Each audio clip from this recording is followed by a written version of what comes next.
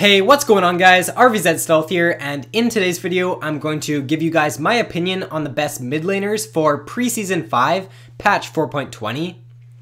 So first up on my list, I have Oriana. Pros to Oriana are she's got a really strong laning phase.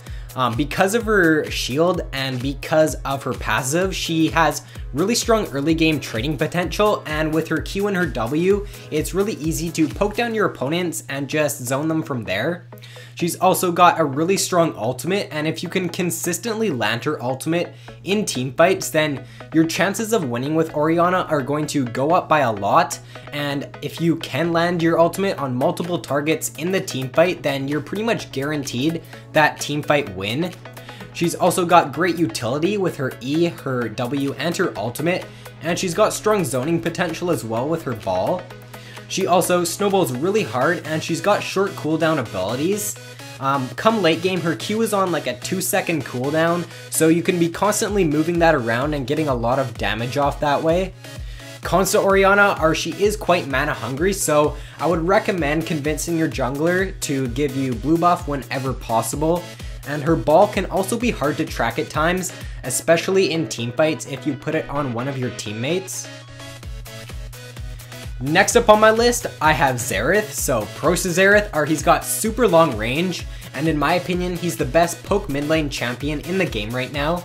He's also got really strong CC with his E and his W, and he's got a really easy and a really strong laning phase, because all you really have to do with Xerath is stay back and farm with your Q if you're in an unfavorable matchup, because with his passive, you're never going to run out of mana, so that just enables you to use all your abilities to CS.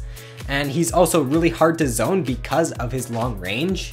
He's also super strong when his team gets ahead, because when you're playing as Xerath, if you can get ahead because of his poke, if you just group up, then you're going to be able to siege down towers really easily. And if the enemy team does engage on you, because your team is ahead, if they try to fight you, then you're probably going to end up winning that fight. And if they don't fight you, then you're just going to be able to continue taking free towers.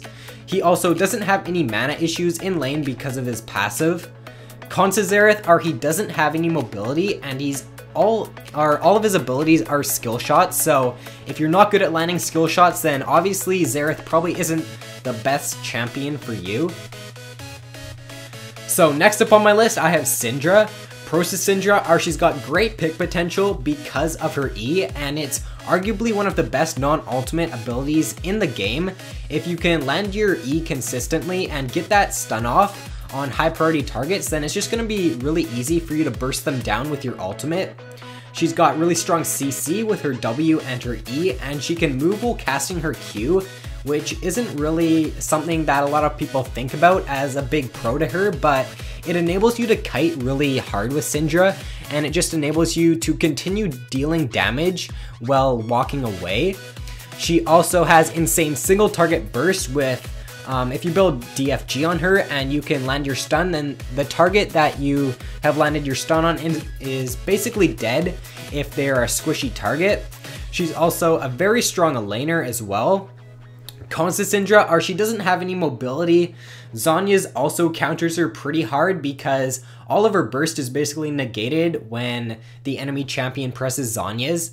And Fizz counters her really hard as well, because what a good Fizz player will do is he will use his E when Syndra starts channeling her ultimate to completely negate all of Syndra's damage. So next up on my list, I do have Fizz, and pros to Fizz are he's super slippery.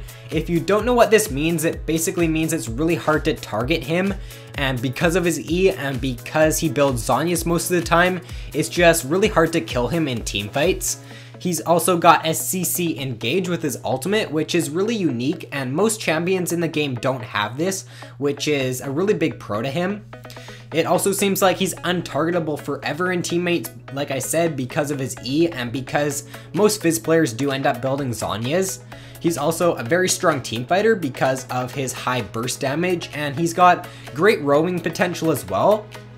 What I like to do as Fizz is when I hit level 6, as long as I'm not behind in lane, I like to look for roam down bot lane, because with his ultimate and with his good mobility, you're basically guaranteed a kill if your bot lane follows up.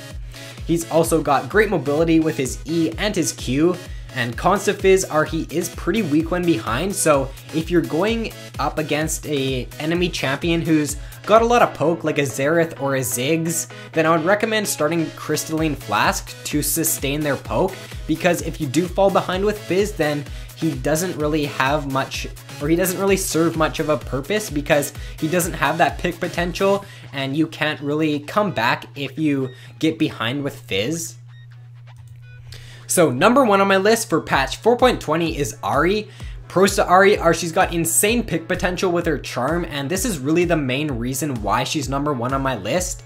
If you can land your charm consistently with Aria, then the chances of you winning are just going to go up by a lot, because if you can land your charm in teamfights on a high priority target, and if you can kill them, then you're going to win a lot of team fights, and Aria's just going to be a really strong pick for you if you can land your charm consistently. She's also got really good burst with her full combo, and she's got super strong mobility with her ultimate.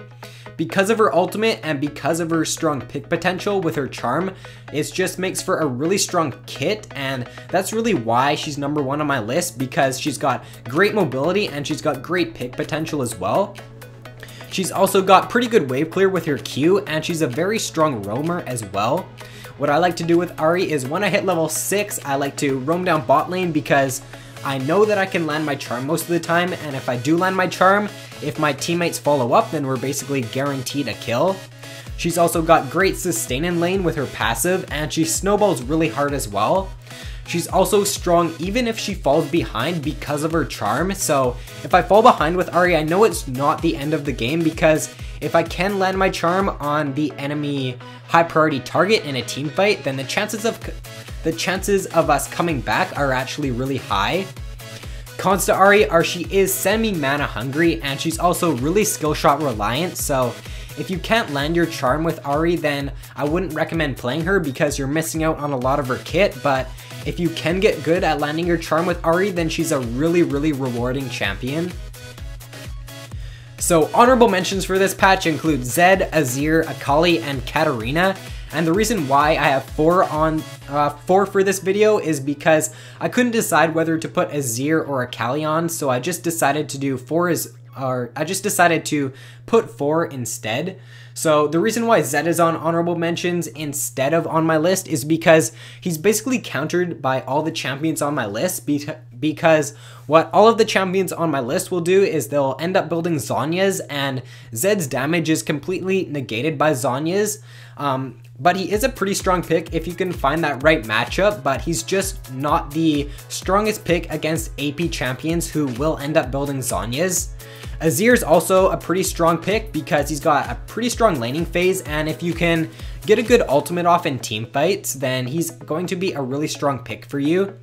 Akali and Katarina are also pretty strong, but they do have a weak laning phase. Akali especially. She's really weak against poke champions, and if you do fall behind with these champions, then they're pretty useless, but if you can roam with them and you can even get a kill in lane with them, then they snowball really hard, and they have a lot of burst damage, so if you can get ahead, then they're really strong, but if you do fall behind, then they're rather useless.